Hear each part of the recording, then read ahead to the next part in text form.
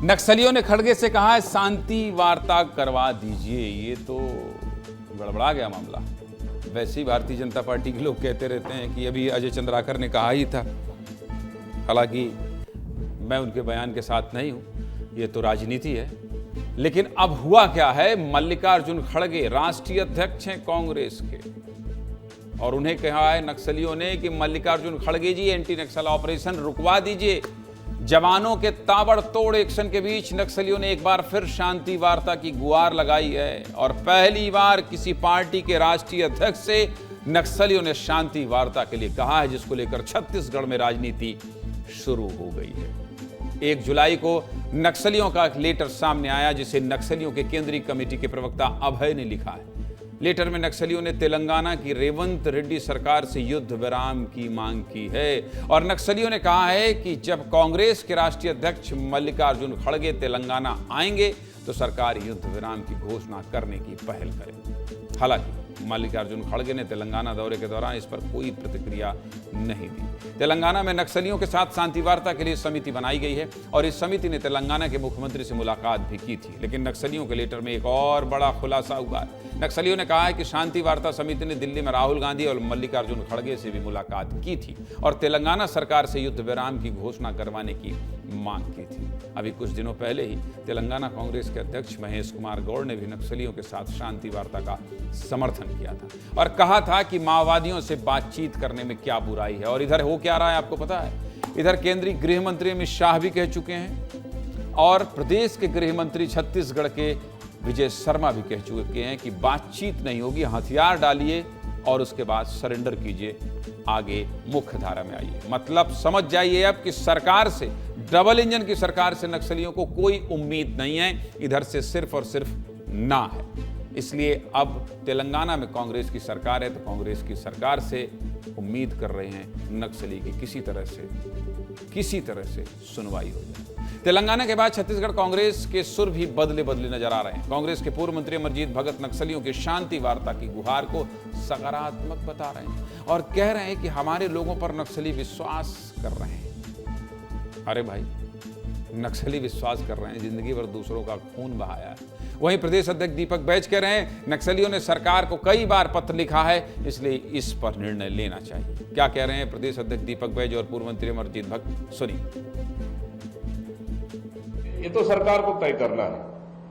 सरकार को तो एक बार नहीं, कई बार उन लोगों ने पत्र जारी किया गृह मंत्री को भी कि शांति वार्ता करना चाहते हैं।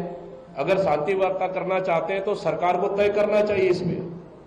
लेकिन सरकार खुद कंफ्यूज है, कभी बोलेंगे शांति वार्ता करने को तैयार है, कभी तैयार नहीं है।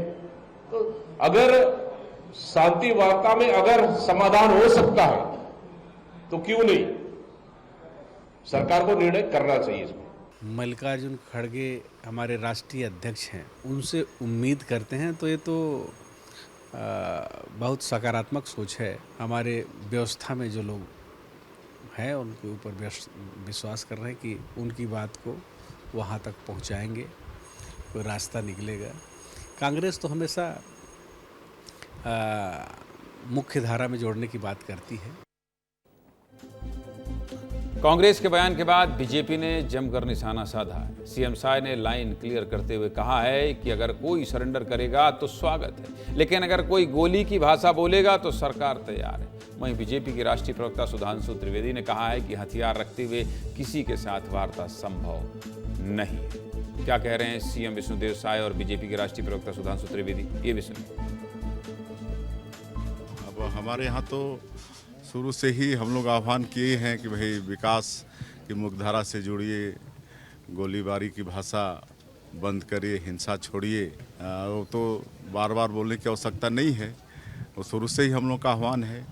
आज भी कोई अगर अपना शस्त्र त्याग के अगर बात करने को तैयार है तो हम लोग भी तैयार हैं, लेकिन अगर उनको गोलीबारी की भाषा आएगा तो उसके लिए भी सरकार तैयार है। गृह मंत्री आदरणीय अमित शाह जी बहुत स्पष्ट रूप से यह कह चुके हैं कि जो भी हथियार छोड़कर समाज की मुख्य धारा के साथ आत्मसात होना चाहें उन सभी का स्वागत है, परंतु हथियार रखते हुए किसी के साथ कोई वार्ता संभव नहीं है। निर्दोषों का खून बहाने वाले नक्सलियों के साथ शांति वार्ता पर लगातार राजनीति हो रही है, लेकिन अच्छी बात यह है कि इन सब के बीच हमारे जवान लगातार ऑपरेशन चला रहे हैं और बड़े बड़े नक्सलियों को ढेर कर रहे हैं। चलिए आगे बढ़ते हैं और आगे बढ़ने से पहले मृगेंद्र पांडे के पास चलते हैं। मृगेंद्र जी, अब तो ये बहुत बड़ा मुद्दा बन जाएगा मुझे लगता है, क्योंकि बीजेपी के लोग तो ये कहते ही रहे हैं कि नक्सलियों का समर्थन कांग्रेस करती है, ये इनके साथ हैं, ये इनके खिलाफ हैं। अब तो ये राष्ट्रीय अध्यक्ष मल्लिकार्जुन खड़गे को पत्र लिख गया है और ये जो दो नेता हैं बीजेपी कांग्रेस के अध्यक्ष, प्रदेश अध्यक्ष और अमरजीत भगत, ये कह रहे हैं अच्छा है नक्सली भरोसा कर रहे हैं। ये भरोसा महंगा पड़ने वाला है कांग्रेस को। मृगेंद्र जी, देखिए, नक्सली भरोसा कर रहे हैं। अमरजीत भगत और दीपक बैज को याद करना चाहिए कि इन्हीं नक्सलियों ने कांग्रेस के टॉप लीडरों को, नंद कुमार पटेल हों चाहे बस्तर टाइगर महेंद्र कर्मा, उनकी झीरम घाटी में हत्या की थी। तो ये भरोसा, जो आज भरोसे की बात कर रहे हैं, उनको इस पर विचार करना चाहिए। दूसरा, आपने कहा कि ये पॉलिटिक्स और तेज होगी क्योंकि मल्लिकार्जुन खड़गे छत्तीसगढ़ आने वाले हैं। छत्तीसगढ़ में उनका दौरा है और दौरे से पहले लगातार जो है नक्सलियों का पत्र आ रहा है। अभी एक दिन पहले हमने देखा कि पूर्व मंत्री अजय चंद्राकर ने कहा कि कांग्रेसी जो है, कांग्रेस सरकार नक्सलियों को दामाद की तरह ट्रीट करती थी।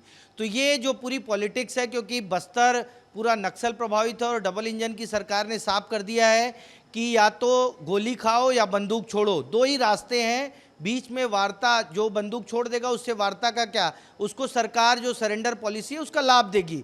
कुल मिला के डबल इंजन की सरकार का स्टैंड क्लियर है। कांग्रेस इस बीच थोड़ा फंसती नजर आ रही है। कांग्रेस को भी अपने स्टैंड को क्लियर रखना चाहिए, क्योंकि बस्तर में जिस तरीके से पिछले विधानसभा चुनाव में कांग्रेस का सफाया हुआ और खुद प्रदेश अध्यक्ष दीपक बैज विधानसभा का चुनाव हार गए, उस परिस्थिति में अगर वो नक्सलियों के पक्ष की बात करते हैं तो हो सकता है आने वाले समय में कांग्रेस को और तकलीफ उठानी पड़ जाए चुनावी पॉलिटिक्स में। नुकसान हो सकता है निश्चित तौर पर आप जो बात कह रहे हैं कि अगर ये दीपक बैज ने जो बयान दिया है, अमरजीत भगत ने जो बयान दिया है, अगर इस बयान पर अगर क्या बीजेपी तो करेगी ही पलटवार, इसका बहुत बड़ा राजनीतिक नुकसान कांग्रेस को हो सकता है।